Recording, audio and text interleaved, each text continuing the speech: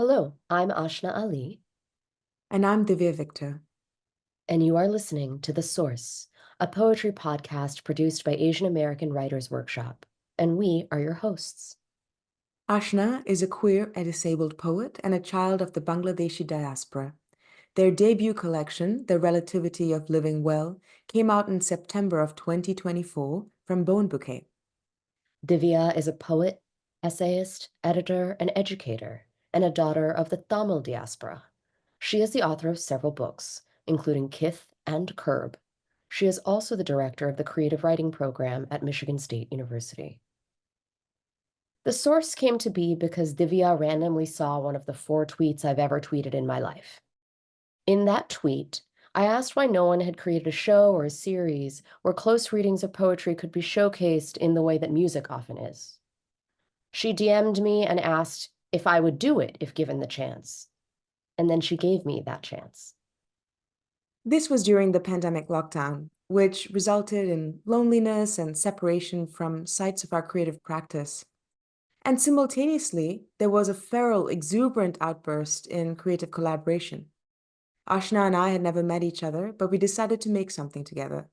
We were motivated by the grand questions. Why not here? Why not now? And if not us, then whom? Together, as poets and avid listeners of poetry podcasts, we notice an absence of programs that depart from formalist analyses and that access the human experience of poetry making, the labor, the love, the stories at the foundation of composition, and the narratives that are revealed through publication. We invited 5 contemporary BIPOC and LGBTQIA+ poets, Zaina Al-Sus, Rajiv Mohabir, Hala Alian, Douglas Kearney, and Jose Olivares.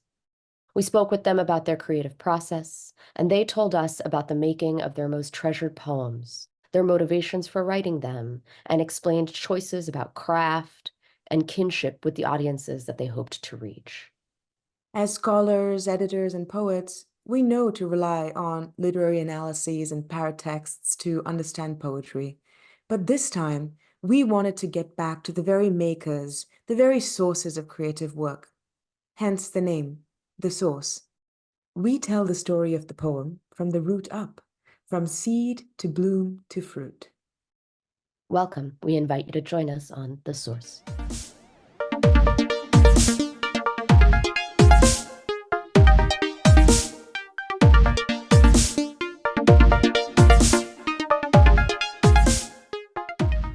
Alrighty, we are so excited to have Rajiv Mohabir with us. Rajiv Mohabir is a poet, author, translator, and educator, and if you don't mind my stating the obvious, a queer poetry icon, born in London, England, to Guyanese parents.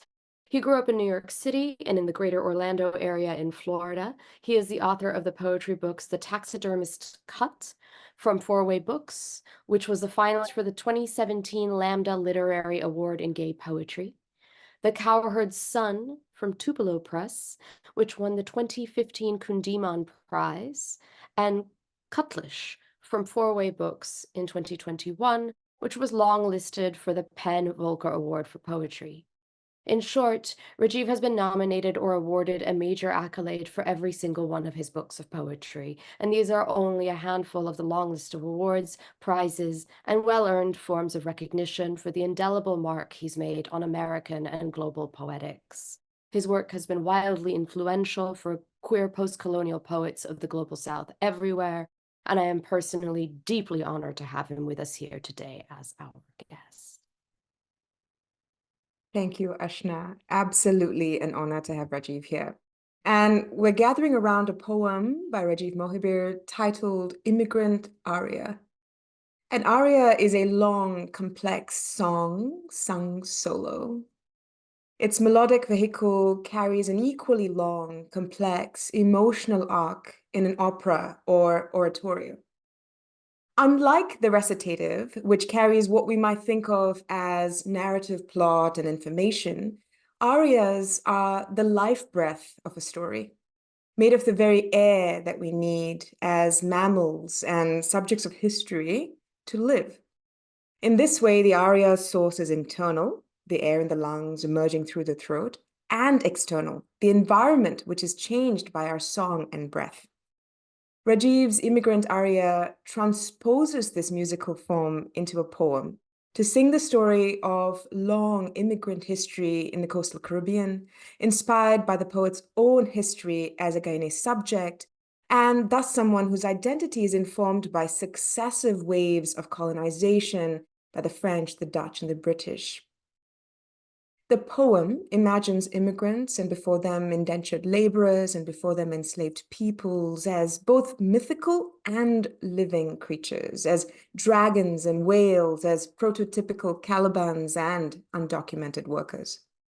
It considers how naming and devastating taxonomies have reduced and sequestered them into something other than human. Yet, in this poem, these figures move fluidly along a spectrum of identities, across the lines of species and origin myths to, we think, reclaim something of the power of trans-species identification.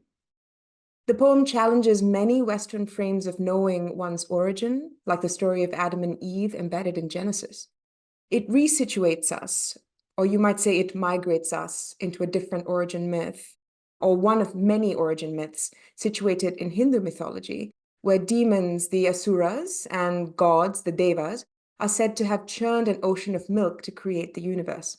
In this churning together, they participate in an eternal struggle between destructive and creative forces. And it is into this churn that I feel Rajiv has invited us to the soundtrack of an aria. So I invite Rajiv now to introduce this poem to us. Thank you both so much. Getting emotional over here, crying on camera right before I talk about this poem. Thank you for your words. What a blessing it is. In relationship to this poem, I feel as though I am the singer itself, or their self, which is both deeply non-human animal as well as human animal. This poem was born in response to many different portions of colonial history in that era of Indian indenture, which lasted from 1838 to 1917 officially, but actually began in the early 1800s and lasted till maybe about 1920, according to some scholars. During that portion of time also was the height of the international whaling industry that fueled empire's growth. There was something to be said about brown and dark bodies migrating across oceans, teaching each other folk songs that I responded to.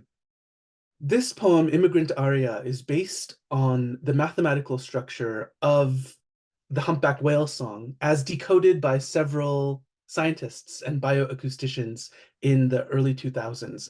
After the discovery or the human realizing that humpback whales sing out in patterns with very particular, let's call them poetic devices in order to keep their songs and their histories. I thought about what it meant for me to be an immigrant to the United States, facing the neocolonial pressures from global trade that originally brought my ancestors to the Caribbean. So I will read the poem for you now. And it begins with an epigraph by D.H. Lawrence called Whales Weep Not. There they blow, hot, wild, white breath out of the sea. To swallow new names like krill, dive. You have few tides before you return to motion. Once this shrine was the abyssal plain. Once empire shackled you. Once you answered to monster, to dragon, spewing steam, fire, bellowing in the furnace of your hide.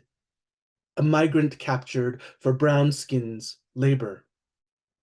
Somewhere inside the darkness, where bruised flame, a spirit hovers over the deep. Once before Adam named you illegal, you snaked, breaking into air. Spit out his poison, Jaw clap the swell. With your aft fin's trailing edge, churn surface to milk. In the beginning, you were formed with great light. Thank you very much, Rajiv. In the beginning, you were formed with great light. And of course, this program is called The Source. So let's return to the source, the origin, the beginnings. Could you set that origin scene for this poem? Set the scene for the writing, the labor, the effort of this poem for you? How did it begin? Where were you? What was the weather? What was on your mind? Yes, thank you for this. I was living in Hawaii. I was living in a town called the New Valley, NIU as in the Hawaiian word for coconut. So I was living in this coconut valley in this studio apartment, maybe 500 square feet, overlooking Paiko Lagoon. Really beautiful place to be while considering the overlapping histories of colonization. You know, Hawaii, where it is, was also considered to be the whaling capital of the world. Like Nantucket, Lahaina in Maui was particularly the place. So this engagement for me was, you know, one that was like largely aquatic, as being underwater, hearing the whale songs kind of like enliven the parts of my body I wasn't actively feeling. How would I find myself in a place like Hawaii that is currently occupied by the United States government as somebody who is brown with a kind of colonial presence, a settler colonial presence with my own post-colonial history? I thought of all of the things that I had been called in life, you know, like learning the fact that when we migrated to the United States, we didn't have the correct papers. And so my family were illegal immigrants, which is kind of silly because, like, is it the Asian Dub Foundation who is like, people can't be illegal, it's governments that are illegal? And so, you know, speaking of the early 2000s, this was also like swirling in my head, but then also thinking about legality. The United States is occupying Hawaii, and there is like a legalness to that occupation, right? Which is against the principles of equality and the United Nations. But what are the United Nations these days anyway, as we see what's happening with Gaza and Palestine in general?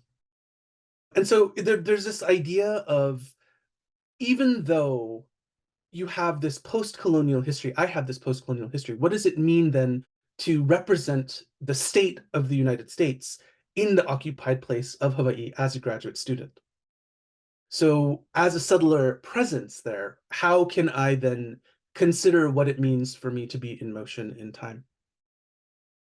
And one of the things, I say this as maybe a shortcut, where I say to put post-colonial or occupied identities in resonance with others is a work that is deeply spiritual.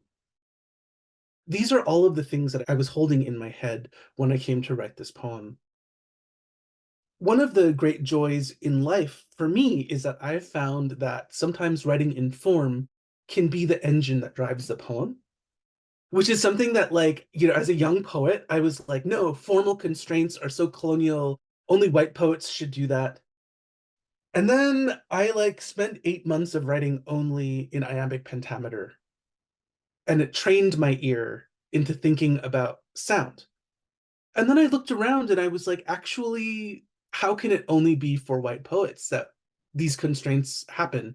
When Marcia Suffolk, in her articles about birdsong, as well as Rebecca Giggs in her book Fathoms, The World and the Whale, I think that's what the title, the subtitle is, they talk about the formal constraints of animal song and how animals are also performing for one another with these constraints. And so having all of this kind of swirl around was the formal and content ketchup packets, let's say, for the fries that have emerged. But I'm obsessed with origin stories. I love in the beginning, right? Like whether it's the book of Genesis, whether it's like Vishnu Katha, whether it's like the Quran, I love the beginnings of life.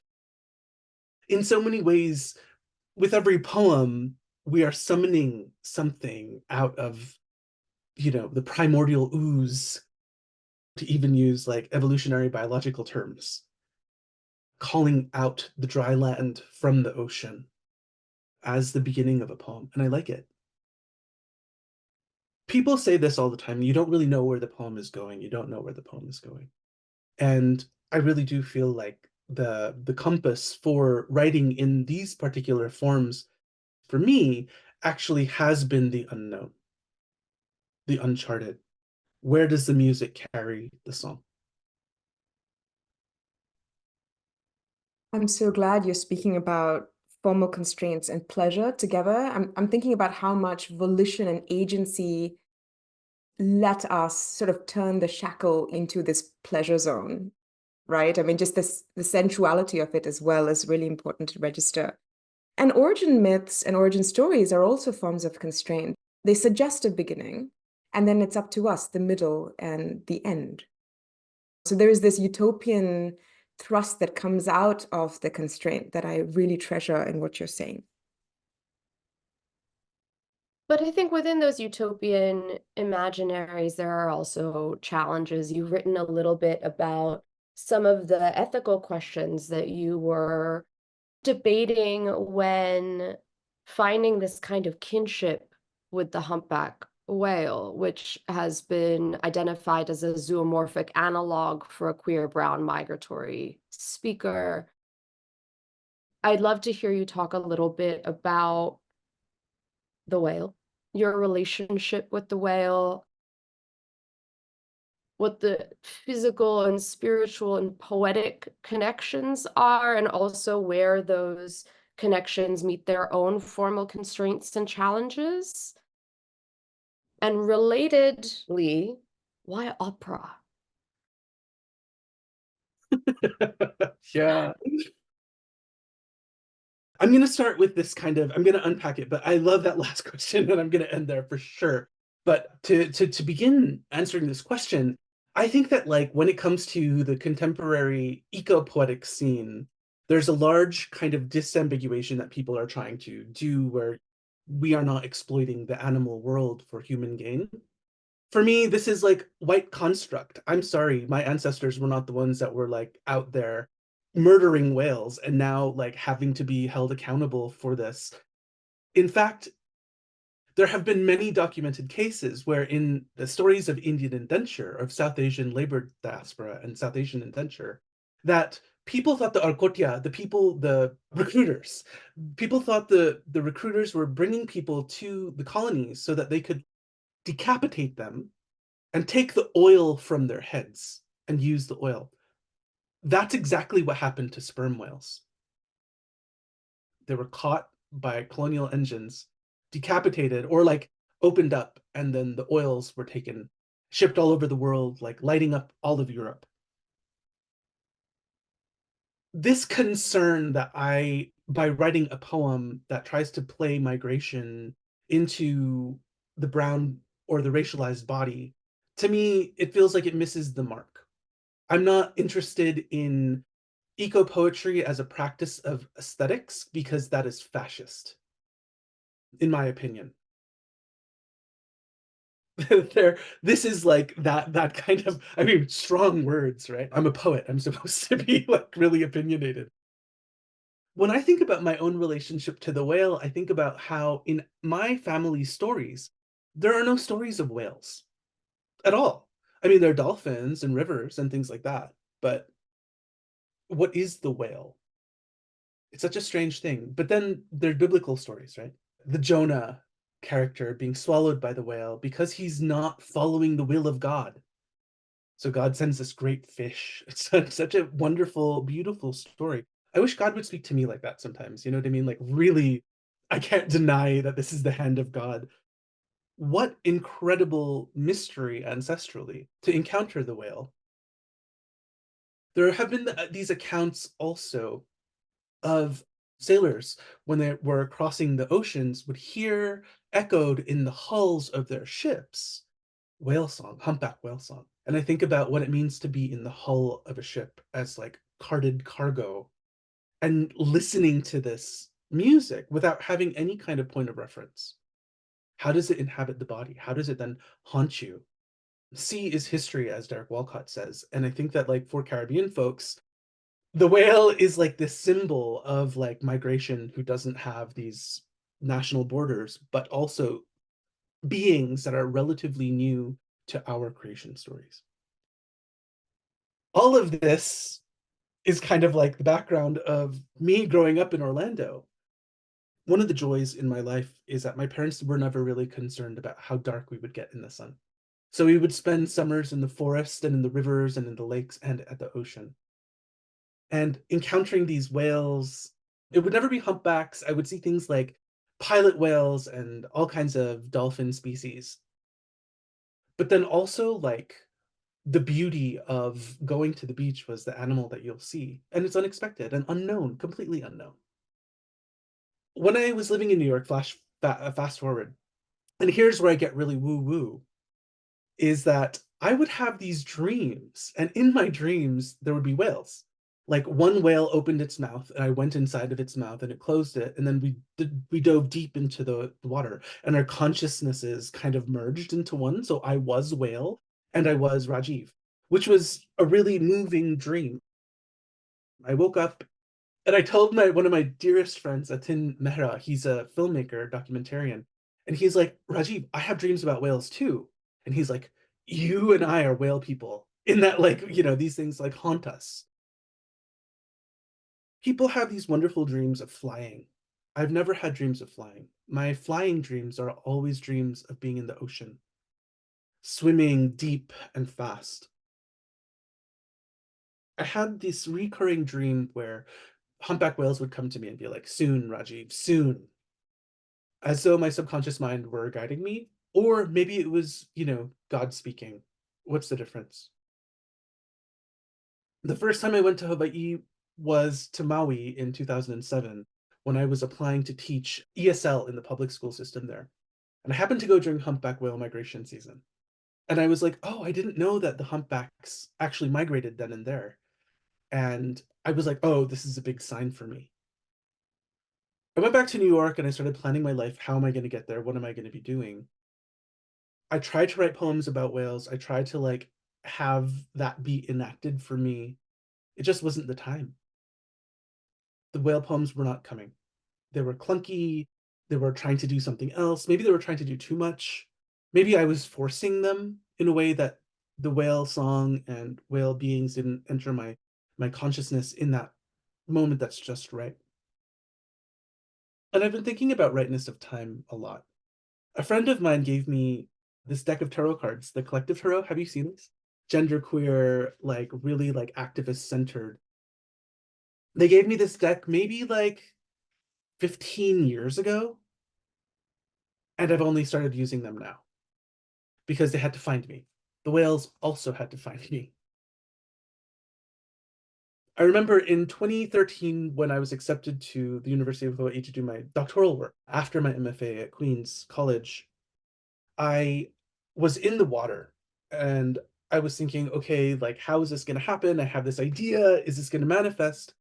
And I just knew that it was time. It's like the weirdest thing. My body, my mind, my spirit was all saying, okay. I was at Diamond Head, this particular beach, and I crawled up out of the ocean and I, like, started to write a whale poem. I began a poem that would be the blueprint of how the poems would come out. These three different things that I had in consideration. It was queer studies or queer theory, migration, the history of migration in indenture, and then also the natural history of the humpback.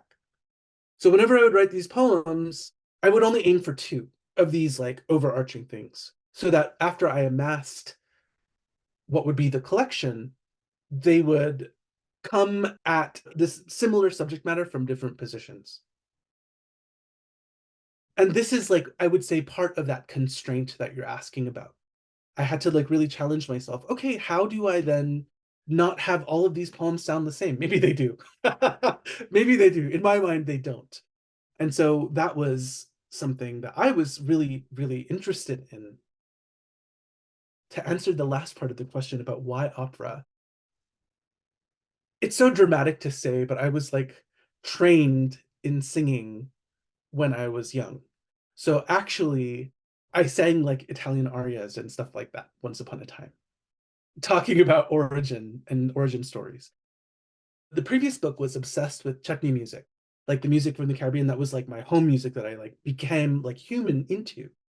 The aria was something that I was trained in. There's kind of like a remove. My own history with the whale, what that means, feels a little culturally removed. Not that like we have to have cultural similarity with everything that we write about. I think that's kind of anti-exploratory. But all of that to say, there's such wonder in the Italian aria, the way that they are trilled and the way that they happen between people on stage, that to me feels like analogous to the symphonies that happen underwater. It seems like this exploration that you went through by thinking about constraint in whale song and constraint in poetry and returning to things that were part of your Euro-American training and how to subvert them and rework them so that they are also your inheritance, authentically so, is a really important part of the construction of these poems. And I love trajectory very much. And I feel like the really beautiful response you just gave is particularly useful for the kinds of conversations that we're trying to have at the source, which is so much about the production of poetry is about a psychospiritual maturity. And sometimes you sit down, you decide you're going to write something a particular way, and you are not the person you need to be before you can come to that work. There's a sort of spiritual patience that, as this book shows, reaps tremendous benefit if we're able to sit still and listen. I'm enjoying this phrase, spiritual patience, because it connects so many things, Rajiv, that you've brought up. This idea of, or rather the experience of ancestral mystery, how it arrives to us. And that for me is so connected with the image you gave me of being a child waiting for the unexpected animal to appear at the shore or at the horizon, this aquatic horizon, the story of the whale as a womb, in which the dream lets you come to this realization, I was whale, I was Rajiv. And that dream space, which in so many traditions allows us to let divine speech enter us and then become embodied in our organs through the apparatus of our throat and tongue. That permeable membrane for me absolutely echoes and mirrors that permeable membrane between the whale and Rajiv as well, of course. So we're moving beyond the triangulation of the divine, the animal, and the human. We are entering a new logic, which I think for me feels so much more true to how I'd want to live in this world. For years, for almost a decade, I used to have dreams of conversing with ghosts, and I was kind of against the wall or trapped in a room trying to translate for them, and I'd keep trying to get out of the room saying, there are things that need to be said. And I was so full of fear, genuinely afraid of speaking about these ghosts. And I have to say, I wrote Curb, and those dreams completely stopped. Wow. I feel like the translation work, the transpositional body that's taking from one kind of consciousness into another, I had fulfilled that body for myself and for my community in some way. So Rajiv, thank you so much for speaking about dream spaces as a zone of address, being addressed by ancestral mystery, as well as something divine and beyond our species. So I would really like to hear you say more about this, the addressee, the speaker, in this poem, but also in the book in general. Who are the speakers? To whom are you speaking?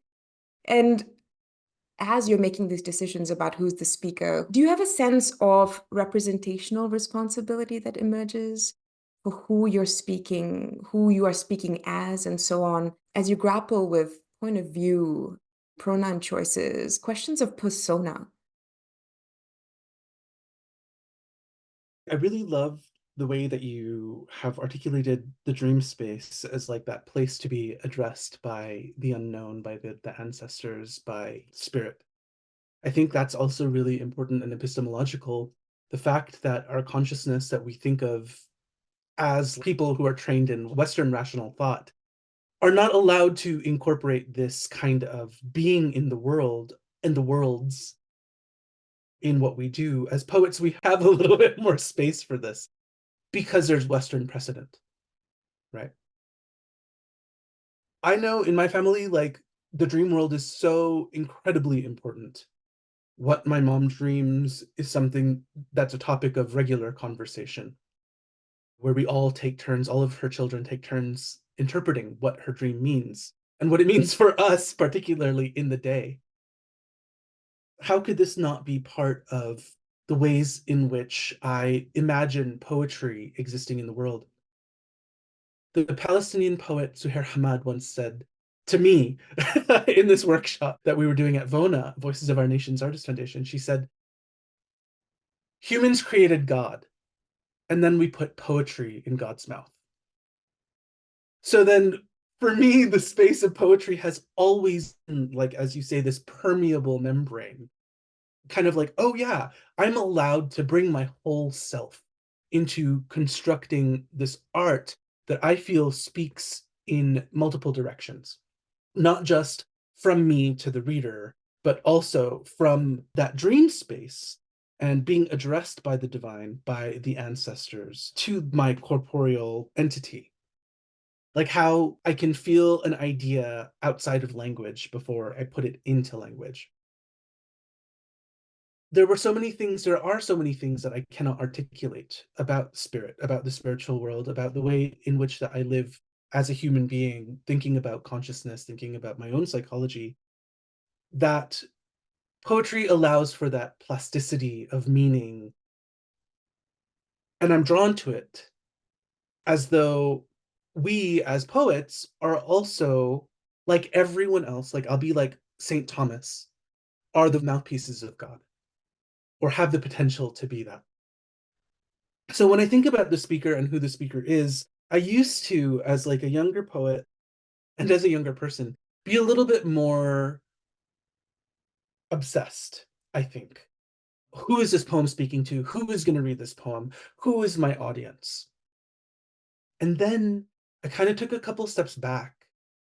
I mean, this sounds really simplistic to say, but if I am my own audience, then I will allow myself the space of poetry to encapsulate everything that makes sense to me spiritually through this idea of spiritual patience, right? We can also call poetry a trace of our passing in this world. And I think that with that idea of to whom I'm speaking, or as a poem happens, who the audience is, there is this representational responsibility. There are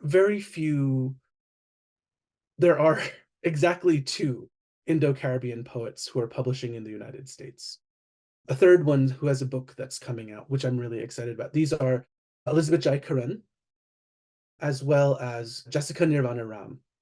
So these are the other 2 Indo-Caribbean poets who are in the United States that are writing, who are coming up.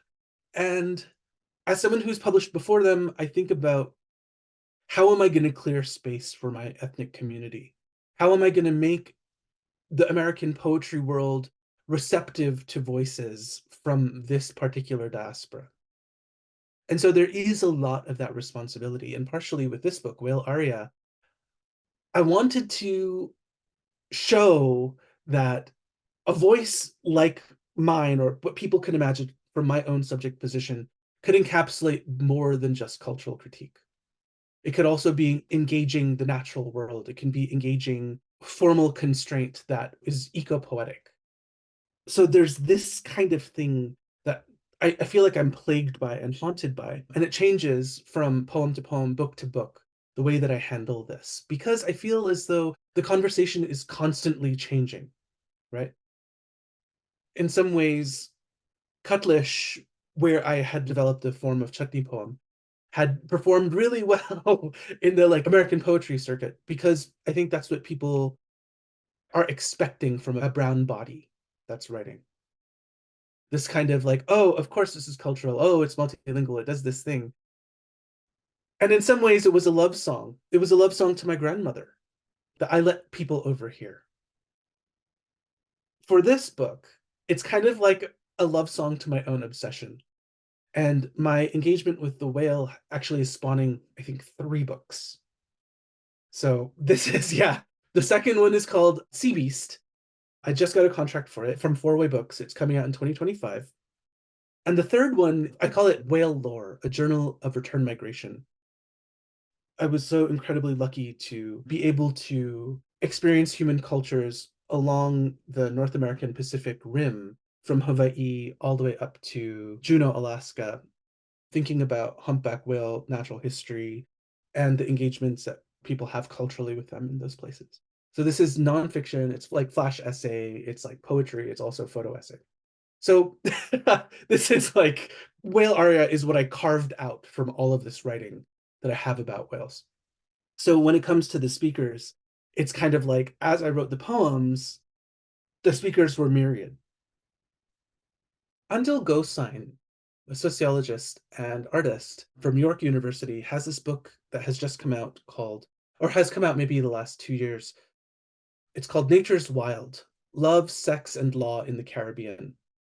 And he talks about how the Caribbean citizen, be they of African, Indian, Native origin, have always been seen as bestial by empire.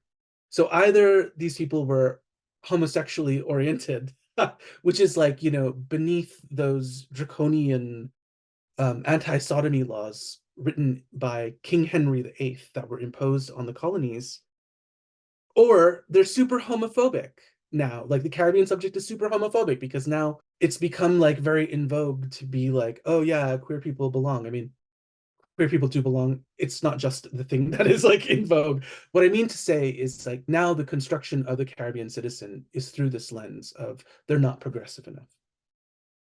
When it comes to the subject position of the speaker, it's like keeping all of this in mind. Like, yes, the speakers are human, but also whale. They're definable and undefinable, right? They exist in this continuum of queering species, of queering sexual practice or orientations, or even like phenomenological reality. What does it mean to hear something in multiple dimensions instead of just this, what we consider linear conversation? First and foremost, Rajiv, congratulations on the upcoming book. We've gone in these beautiful outward concentric circles, and there are all of these reverberations that are floating around that, I mean, I could ask you a billion more questions. But what I'm actually going to do is reverse the tide a little bit and get very, very, very specific and ask about the form itself. How did you go about taking the math of whale song and placing it into the math of a poetic form until you could hear your own music? What does that process actually look like? I love these process questions because I don't know how this occurred to me to do, if I'm going to be quite honest. But keeping in mind that this has come out after Cutlish. And I was just so incredibly astounded by the fact that people like Roger and Kathy Payne, Rebecca Giggs, these people who like have done research into whales and have written popular books about them, Philip Hoare also, say things like whale songs rhyme. Just completely astounding. What am I witnessing here? So I looked to these studies to see exactly what that looks like in terms of the breakdown, like the physical breakdown. The people who came up with this article called Stereotypical Sound Patterns in Humpback Whale Songs, Usage and Function, published in Aquatic Animals in 2003, led by Eduardo Mercado, came up with this graphic where you could kind of see the ways in which the whale song that they listened to were broken down in terms of haunting of sound or rhyme. And I thought, how incredible. What would it be like if I were to, play with this a little bit? Is this a thing? So I experimented, really. I made a lot of mistakes. I wrote a lot of poems. What I did was I played with this form where I would try to write 5 poems a week, and maybe one during that week came out sounding good, or came out sounding like, oh yeah, here I can find myself in this poem. The other ones were just kind of like, I will recycle words and phrases that feel really good. But this was my practice. In the morning, I would read poetry. And then I would clear my desk of everything. I tell my students this, I tell everybody this, like, your first responsibility is to your poetry, which is really responsibility to yourself in art. So whatever it is on your desk, clear it and write your poem first before you begin your day. And then you know that your day has begun by your serving your own integrity. This was my practice. I wish I could say that it still is. Who knows where my integrity is these days. This generated so much work and like so much thinking. And I not only would be reading these books of poetry, but I would also be reading these books on natural history of whaling, of whales, these scientific studies of like how whales communicate and this kind of thing. Like humpback whales can't, and they don't have the same kind of musée du son, it's called, that like the toothed whales have. So when they produce sound, it's not from like a blowhole or like the melon of the toothed whales, which is a part of the head that is cavernous and has reverberation, but rather a kind of like sliding back and forth of air in the pharynx. But nobody really knows how the humpback whale song is produced. Although I read an article just recently that said, oh, people have discovered it. And this is what's beautiful, is like there's so much left to discover. One of my favorite facts also is not a fact. So Amy Nezuko had this poem published in the Southern Humanities Review that was about humpback whales using the stars in order to migrate. Because scientists said that. Scientists really believed this. And then it has been like debunked since, to where there's actually like, iron deposits found in the jaws of humpback whales that lead them through the electromagnetic fields of the earth. And I was like, this is just too beautiful of a mistake and a poem to exist not in this world of poetry. I was like, I'm going to definitely use this fact, this fact of science that up until, what was it, 1960, 62, said people like me are not even human, or like lesser than human. So, question of scientific fact. Well, complicated by the pandemic, of course. Trust in, empirical science, etc. But anyway, this is all kind of part of that thinking around process for me.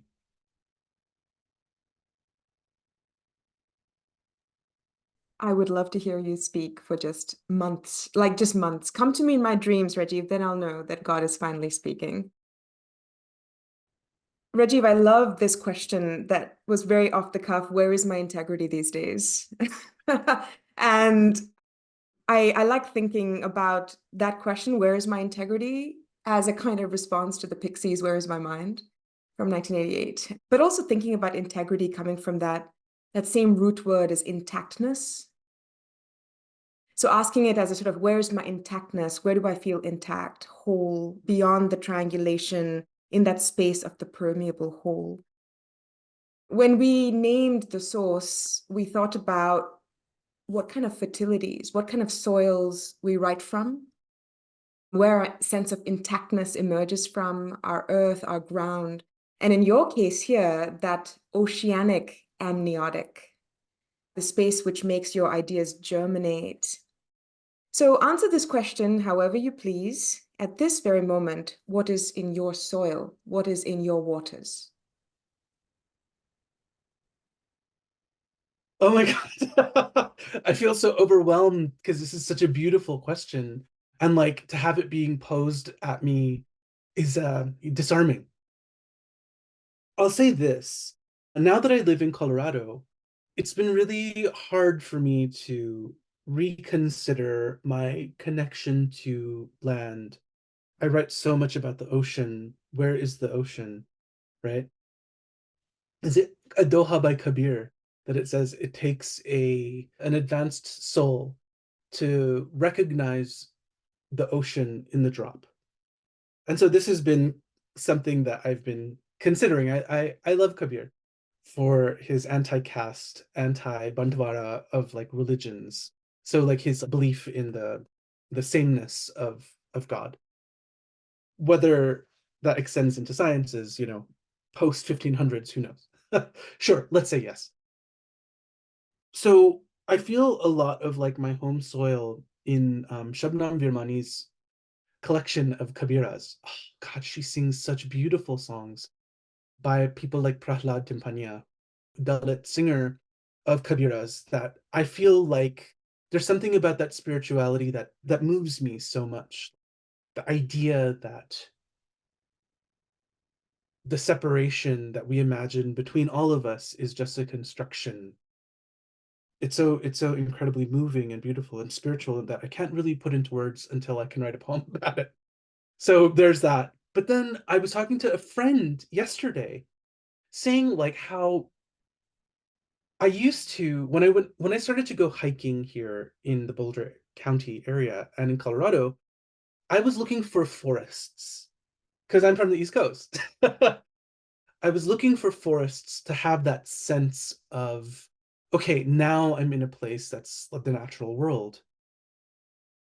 Boulder, Colorado is like, it abuts the Rocky Mountains, but what comes before it on the eastern side is the plains. So the land here is, while it's not flat, it's grassland. So in the eastern part of the city of the state, don't have that forested kind of feel. As I was walking in the mountains, oh my God, I went on a 4-hour hike yesterday. This is like where I locate my intactness. I am obsessed with being outside, learning the ways to let the mountain and these mountain ranges, the Flatirons, into my heart, to like help me feel a little bit more stable as I'm going through a divorce and finding new love. I want to feel groundedness. So being outside and in the mountains does this. And I find myself excited for and craving the slope of a grassland. So the idea that the landscape and my interactions with the earth is changing me subtly is something that's incredibly moving. So I think my intactness is letting myself change and evolve. Because I wanted so much to hold on to a lot, but that's not what a coolie is, man. That's not who we are as people. So God has changed. yes, amen.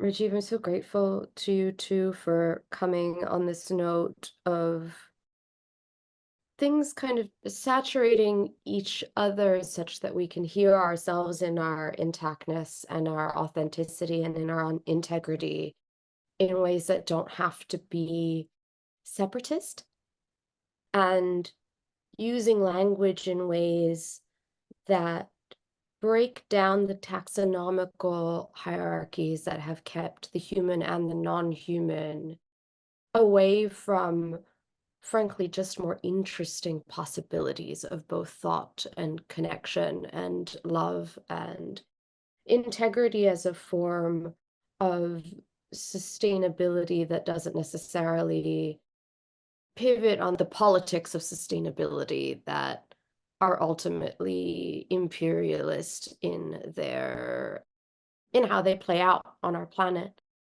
And I'm also very grateful to you for the ways that you're thinking about your practice and your poetry lending itself to future poets and making space, which is also what we're about here at The Source, because we're trying to understand, explain, and probe what makes a poem and what makes a poet. And I couldn't be more moved and spiritually provoked and inspired by everything that you've had to gift us with today. Thank you so much for being here. Thank you so much for inviting me. What a complete pleasure and honor it is to be seen by both of you. Like, really, truly, thank you. Like, I feel like feeling unread and unheld is like a thing in poetry, but it's really lovely to actually be here with you and to hear you and your thoughts about my work. Like, my goodness, how incredibly moving. Thank you both so much for your consideration and your hearts and everything here. Such an honor.